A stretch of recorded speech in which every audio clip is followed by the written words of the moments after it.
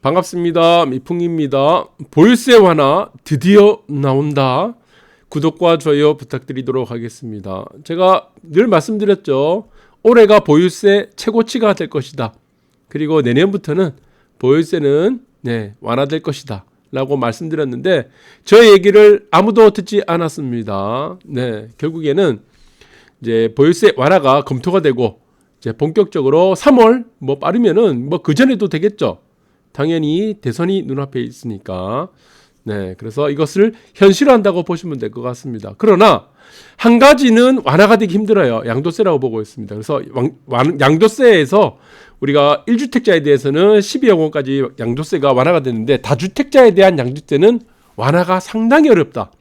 그리고 그 완화 수준이 아주 미약할 것이다. 이렇게 보고 있습니다. 만약에 대한민국에서 다주택자에 대한 양도세가 완화가 된다.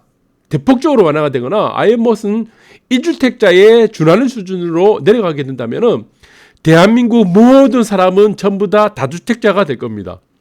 다주택자에 대한 매물이 나오는 것이 아니고 대한민국 사람들은 전부 다 다주택자를 할 거예요. 그 이유가 있죠. 대한민국 시장은 소국입니다. 시장 규모가 마켓 사이즈가 작고 그리고 대외 의존도가 큰 나라고 그리고 10년에 한두 번 정도는 꼭 현금 가치가 개박살납니다. 그래서 부동산이 가장 안전한 이 플레이가 되는 겁니다. 그리고 대부분의 사람들의 부의 축적을 부동산으로 해왔고 앞으로도 마찬가지다 이렇게 보고 있습니다. 그 중간에 인구 변화는 유동적이다. 그리고 인구 변화도 저는 2명 이상 낳을 수 있는 그런 시기가 또 올 거라고 보고 있습니다. 그래서 자, 이런 부분들이 앞으로는 여러분들이 생각하는 이런 보유세라든가 양도세 이런 기준들이 저는 완화될 수밖에 없지만 한 가지 다주택자에 대한 완화는 굉장히 어렵다. 그것이 무주택자나 1주택자들이 보기에는 특혜로 인식되기 때문이다. 이렇게 보시면 될 것 같아요. 자, 지금 이제 감기가 들어가지고 요즘 빙하기 시대입니다. 제가 말씀드렸죠. 그래서 2025년부터는 본격적으로 추워집니다. 지금은 이제 거의 시범 케이스 정도고, 그래서 해수면이 굉장히 낮아질 거예요. 앞으로. 그래서 소빙하기 시대가 2025년부터니까 그때부터는 여름이 짧아지고 겨울은 상당히 길어질 것이고 지구는 상당히 추워진다. 지구 온난화를 이제 그리워할 시기도 올 겁니다. 그래서 60세 이상 1주택자 종부세 유예가 유력하다고 그러죠. 그래서 밑에 보시면은 내년 보유세 동결 방안까지 논의가 된다. 그래서 올해 종부세 낸 것이 최고치가 된다. 미리 여러분들한테 정답지 다 드렸고 그리고 주가도 다 말씀드렸죠. 제가 정답지. 다시 리바이벌 한다고 그러면 자꾸 주가를 가지고 얘기하시는 분들이 많은데 제가 이 꼭 저점을 친 날, 이 저점이라고 말씀드렸죠. 방송에서. 그리고 꼭지 친 날 이 한 번, 두 번, 이 꼭지 친 날을 한 번 말씀드렸습니다. 이 전날 말씀드려서 3일 동안 방송했습니다. 그리고 이 이유는 경로가 어떻게 된다고 했어요? 상당히 오래 걸린다고 했죠, 이게. 2600포인트는 반드시 깨고 내려가야 됩니다. 그래서 이 언젠가는 반드시 깨고 내려가야지 여기서 대세 상승이 또 나오게 된다는 거죠. 그래서 자, 이 부분은 여러분들이 잘 보셔야 되는 게 뭐냐 그러면은 한국 같은 이 소국 대외 의존도가 높은 나라들은 위기가 굉장히 중요합니다. 위기. 10년마다 한 번씩 위기가 터지죠. 10년 만에 아니면 10년에 한두 번 정도 위기가 터지게 되면은 자, 이때는 어떻게 됩니까? 이 위기를 극복하기 위해서 돈을 풉니다. 돈. 돈을 이제 풀게 되죠. 그러면 당연히 어떻게 됩니까? 현금 가치는 개박살 나는 겁니다. 현금 가치가. 그러면서 어떻게 됩니까? 현금 가치가 개박살이 나죠. 그러면서 주가도 마찬가지고 그 중에서도 부동산이 또 굉장히 탄력을 받게 된다는 것이죠. 그래서 이거 계속 되풀이합니다. 여러분들이 역사적 변동성으로 봤을 때 저점을 찍었을 때가 언제입니까? 전부 다. 쉽게 주봉을 한번 볼게요. 저점을 찍었을 때 보세요. IMF 때 한 번 있었죠. 금융위기 때 한 번 있었죠. 그리고 코로나 때 한 번 있었죠. 자, 그런데 보시면은 전고점을 다 깨고 내려갑니다. 전고점. 여기 전고점이죠. 여기 전고점이죠. 전고점. 원래 이렇게 깨고 내려갑니다. 이게 뭡니까? 소국이에요, 소국. 우리는 미국과 같은 대국이 아니기 때문에 소국은 어떻게 됩니까? 시장이 작죠. 그래서 항상 전고점을 깨야지 다시 한번 그 다음에 전고점이 올라가는 큰 대세 하락이 나옵니다. 지금과 같은 상황에서 고점을 다시 올라간다? 이게 의미 없어요. 다시 주저앉아 버립니다. 네, 그래서 이거는 시간이 상당히 걸리는데 이 기간들을 제가 여러분들한테 말씀드리지는 않을 거예요. 왜 그러냐면은 또 무슨 뭐 얘기 나올 것 같아가지고 예, 그래서 이거는 기간이 상당히 걸리는데 5, 6년 끌고 갈 수도 있고 예, 몇 년 안에 끝날 수도 있고 이렇게 보시면 될 것 같습니다. 그래서 2,600포인트를 반드시 깨고 내려야지 여기서 큰 수익을 얻는 기회가 나온다. 그래서 주식과 부동산을 뭐라고 합니까? 네, 타이밍의 예술이라고 하는 겁니다. 타이밍 예술. 그렇게 보시면 될 것 같아요. 주가의 움직임과 우리가 주식의 움직임과 부동산의 움직임 그리고 금리의 움직임은 서로 제각각입니다. 하나도 안 맞아요. 근데 잘못 알고 계신 분들이 뭐 부동산 유튜브 하시는 뭐 부동산 전문가라고 하시는 분들이 자꾸 금리 얘기를 하더라고요. 금리는 연관이 없습니다. 지금 전혀 연관 없어요. 네, 대출 규제 때문에 지금 이 문제가 생긴 거고 그래서 제가 자세히 한번 또 언급해드리겠습니다. 그래서 조세 저항이 부담됐나? 네.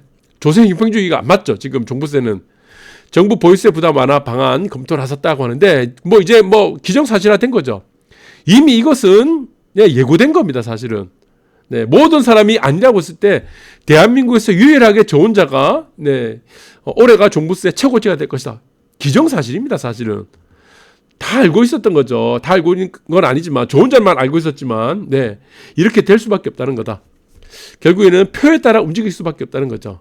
내년 1월에 대출 바짝 뭐 땡기자.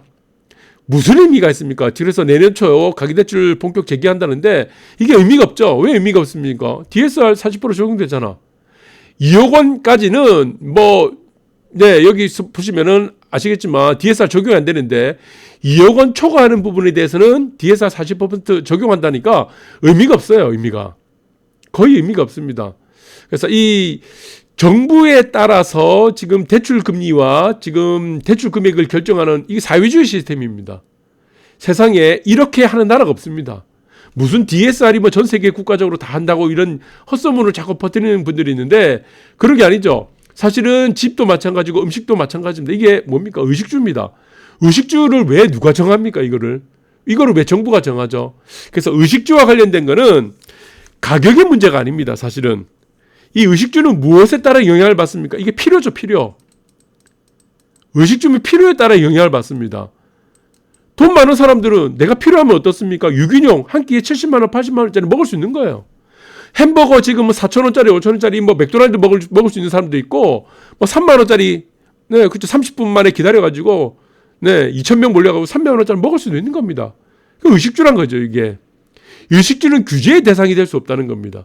그러니까 규제의 대상으로 본다 그러면은 끊임없이 부작용이 나타난다. 이렇게 보시면 될 것 같아요. 네. 그래서 뭐 어떤 사람들은 하룻밤에 뭐 2,000만 원 주고 자는 사람도 있습니다. 그럼 그 사람이 필요에 따른 겁니다. 주택 가격이 어떤 아파트는 100억이 넘어가요. 200억 하는 아파트 있어요. 뉴욕에 가면은 뭐 2천억짜리 아파트도 있습니다. 홍콩 뭐 상하이라든가 일본 가면은 800억짜리 아파트도 있어요. 그 아파트 필요한 사람이 있다는 겁니다. 그러니까 규제 대상이 아니라는 겁니다. 그래서 이 부분을 여러분들이 잘 보셔야 된다. 그래서 이거는 의식주와 관련된 거, 특히 부동산 같은 경우는 가격을 보는 게 아닙니다. 가격 싸움으로 하는 게 아니에요. 시간 싸움입니다. 결국에는. 그 시간에 이루는 것들, 그 시간이 이루는 것들이 무엇입니까? 나중에는 대승수치를 이루게 되죠. 그래서 구간 매매라고 합니다. 이거는 원래 전부 다 구간 매매예요. 이렇게. 네. 구간이 다 다르죠. 사람들마다. 사이즈가 다르기 때문에. 그리고 내가 원하는 집이 다 다릅니다. 100억짜리 원하는 사람도 있고 10억짜리 원하는 사람도 있고 이게 구간 매매입니다. 구간 매매. 그래서 이거는 시간의 게임이라고 그러는 거지. 자꾸 사람들은 가격을 논리를 가지고 이거는 비싸기 때문에 떨어진다 올라간다. 이건 의미가 없습니다. 아무 필요 없는 거예요. 이거 초짜들이 하는 겁니다. 그리고 부동산을 금리로 자꾸 우리가 파악을 하려고 분석하는 사람들 가장 초짜들이죠.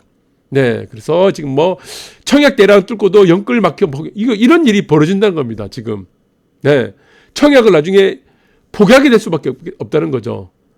예, 청약 기다렸다가 자, 그래서 지금 미국 같은 이런 이제 선진화된 금융 시스템이 필요한데 자, 그러면은 연끌해서 지금 뭡니까? 지금 이제는 또 시가 기준이 아니고 분양가 기준이고 분양가 기준에서 DSR 40% 만들어 보세요. 대출 나오나. 아무리 청약 담천해도 들어갈 수 있는 사람 없습니다. 네, 절반 정도는 다 나가 떨어져요. 이게 말이 안 된다는 거죠. 그래서 대출 가능 금액 그리고 대출 금액이죠. 대출 가능과 대출 금액을 결정하는 요인들이 무엇이죠? 후진국에서는 얘기하는 게 DSR입니다. 무슨 DSR이 왜 나옵니까? DSR이. 개인의 신용도도 다 다른데.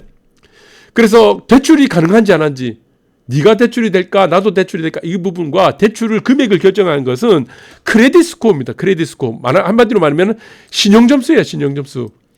당연히 크레딧 스코어가 높으려면 무엇입니까? 뭐 연봉도 많아야 되고, 당연히 쓰는 돈이 많으니까 신용카드도 많이 쓰겠고, 그 다음에 신용점수가 높다. 신용도가 높으면 당연히 어떻게 됩니까? 대출 금액을 커져야 되겠죠. 일괄적으로 2억이 넘어가면 대출 금액을 무슨 DSR 40% 묶는다, 이 얘기가 이러는 나라가 어디 있습니까? 이게 말이 돼요, 이게? 예. 사회주의 국가들도 이런 데는 안 합니다. 이런 거. 사회주의 국가에서도. 이런 지저분한 정책 안 해요. 그 다음에 중요한 게 보십니까? 인컴이죠. 수입. 인컴 텍스는 수입하고 이제 세금, 수입에 대한 세금이죠. 소득세가 되겠죠. 전반적으로. 전년도에 소득세죠. 소득 신고된 거. 거기에 따라서 우리가 대출 가능한 거와 이제 금액을 결정하는 것이 바로 이 선진국의 대출 시스템입니다. 선진국. 그 각각을 누가 결정합니까? 은행이 결정하죠. 은행이. 결정권자는 은행이 됩니다. 정부가 결정하는 것이 아니고. 자, 이 부분이 굉장히 중요하다. 그래서 지금 보시면은 미국도 보시면은, 자, 미국 얘기도 잠깐 해야 되겠네요. 자, 이 미국 얘기하기 전에, 자, 그러면은 대출을 우리가 받아서 집을 살 수 있는 부분이 어디까지나 한 겁니다. 어디가? 저는 이게 과거 역사적 변동성을 우리가 봐야 되겠죠. 역사적 변동성. 자, 금리의 역사적 변동성을 보자면은 항상 그랬습니다. 역사적 변동성은 다른 나라도 대부분 비슷하더라고요. 하더군요. 그래서 보니까 실질적으로 대출 금리가 6%를 넘어가면은, 네, 부동산 올스톱입니다. 부동산에 대한 매수 심리가, 매수가 다 꺾여버립니다. 네, 이 포인트가 6%입니다. 네, 대부분 역사적 변동성 하에서 제가 판단한 거고, 그러면 지금은 대출 금리가 거의 보시면은 신용도 좋은 사람들은 뭐 3% 후반 정도로 빌릴 수도 있겠지만, 일반적으로 우리들 서민들을 한번 볼게요. 지금 거의 대출 금리가 6%가 돼버렸죠. 자, 그러니까 지금 올수업이 되는 겁니다. 네, 자, 기준금리가 지금 1%예요. 1%인데 대출 금리를 6%로 만들어 놓은 겁니다. 이게 신기에 가까운 능력입니다. 어떻게? 대출 중단으로, 대출 규제로. 원래는 여기서 보시면은 2006년도 7년도에 보시면은 대출 금리가 6%를 넘겼죠. 근데 이때 기준금리가 얼마입니까? 네, 4.5입니다. 그러니까 기준금리가 4.5%일 때 대출 금리가 6%가 되는 겁니다. 대략적으로 대부분 국가들이 그렇습니다. 평균적으로 보시면은. 네, 기준금리에서 가산을 보시면 되는데, 그래서 지금의 1%인 상황에서 기준금리에서 6%를 만든 건 무엇이냐? 의도적인 거죠. 왜? 6% 대출금리가 넘으면은 부동산 거래는 올스톱이 될 거라는 걸 알고 있기 때문에, 서민들이 집을 못 산다는 걸 알고 있기 때문에. 그래서 항상 무엇입니까? 이게 뭡니까? 네, 분기점이죠. 항상 분기점은, 대출의 분기점은 6%가 되면은 부동산은 거래 절벽이 됩니다. 그렇게 보시면 될 거예요. 그러면서 가격은 하락하게 되겠죠. 그래서 미국을 보시면은 대부분이 모기지 금리가 30년입니다. 그래서 지금은 미국에는 모기지 있죠. 모기지 은행 협회가 있고 모기지 금융이 있습니다. 이거는 뭐죠? 모기지 은행 협회에서 30년짜리 모기지 금리를 30년 평균이요. 30년 평균. 30년 평균을 일주일마다 지금 발표합니다. 일주일. 이게 미국의 선진화된, 네, 금리 시스템입니다. 모기지. 대부분 30년을 선호하죠. 왜? 금액이 크니까. 그러면 이건 평균값입니다. 이게 시장금리가 아니에요. 대출금리가 아니고 평균값이죠. 지금의 평균값을 한번 보려면은 무엇을 보면 되죠? 네, 평균값이 아니고 지금의 대출금리, 미국을 모기지 대출금리를 보려면은, 제가 지금 안 올렸는데 잠깐 이제 검색을 하면 되겠습니다. 쉽습니다, 여러분들. 이제 프레드 딕에 가면 됩니다. 프레드 맥, 예, 예,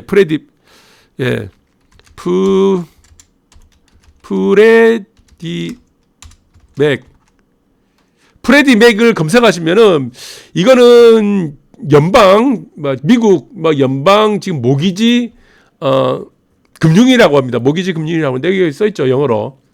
네, 여기 영어로 써 있습니다. 이게 뭐라고 써 있었나요, 아까? 네, 영어로 보니까, 예, we make home possible, 뭐야 이게? 그래서 지금 이게 홈페이지 들어가면은 이게 매일 고지가 됩니다. 지금 30년 모기지 금리가 실시간으로 지금 계속 나오는데 지금 하루하루 변합니다. 23일 기준이에요. 네, 23일 기준이죠. 네. 자, 23일 기준인데 날짜가 있습니다. 여기 있네요. 이제 날짜가 있죠. 23일 기준. 그래서 모기지 레이트라고 써 있습니다. 그래서 average rate as of December 23, 2021에 해서 2021년 12월 23일 기준으로 보니까 지금 30년 픽스드 레이트가 모기지가 그러니까 30년 모기지 고정금리가 3.05%고 이제 돈이 좀 많으신 분, 연봉이 좀 좋으신 분들은 미국에서는 15년 금리로 쓰면 되겠죠. 15년 만기. 그러니까 픽스드 레이트, 픽스드죠. 픽스된 이제 고정금리가 2.3%입니다. 자, 그래서 15년 금리는 뭐 쓰는 사람도 있고 대부분 30년 쓰거나 비싼 금액들은 원리금과 이자를 이제 낮추려고 하면은 30년 많이 쓰고 5년은 또 2.37%고 그래서 지금 15년도 많이 선호하잖아요. 그래서 미국에서는 2.3% 정도면은 지금 모기지 금리를 이용할 수 있습니다. 15년. 30년으로 하려고 하면 30년이죠. 여기는 15년. 요거는 30년. 근데 우리나라는 여기 미국 같은 경우는 지금 기준금리가 0.5%입니다. 0.25죠. 0.25. 0.25%고 우리나라는 1% 금리인데 우리나라는 대출금리 6%다. 네. 진짜 엉망이죠, 엉망. 이 사기죠, 사기. 이거 사기입니다, 사기.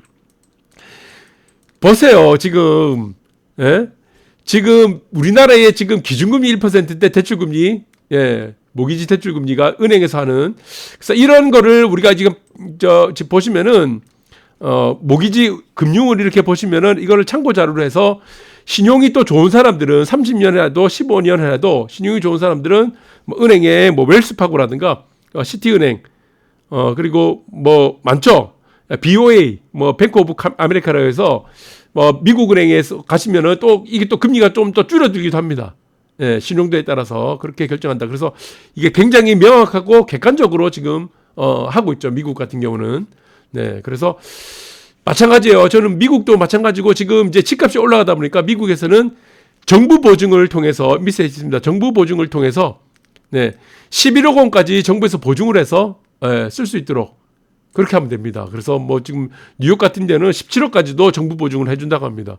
그럼 당연히 최저금리를 이용해서 미국에서 정부 보증을 받아서 집을 사는데 이제 서민들이 어려움 없게 만든다. 이것이 뭡니까? 이게 바로 선진국이죠. 의식주 문제는 정부에서 도와줘야 됩니다. 불편이 없도록. 그게 선진국이에요. 땅값이 올라간다고 지금 집값이 올라간다는 이유로 못 사게 대출금리 맞고 기준금리 1%에서 대출금리 6%까지 만들고 6%는 제가 뭐라고 했습니까? 마의 한계선이죠. 6%가. 대출금리 6% 한계선에 도달하게 되면 무엇이라고 했습니까? 이게 올스톱이죠. 올스톱. 거래절벽. 이렇게 되는 거죠. 이거를 막기 위해서 정부가 보증을 해준다. 그것이 미국이고 다른 여타 대부분의 국가들이 이렇게 정책을 시행하고 있다. DSR이라는 말 같지도 않은 뭐 이상한 걸 만들어가지고 전 세계 DSR을 주택을 사는데 쓰지도 않습니다. 네, 그래서 희한한 걸 만드는데 자 여러분들이 잘 참고하셨으면 좋겠습니다. 감사합니다.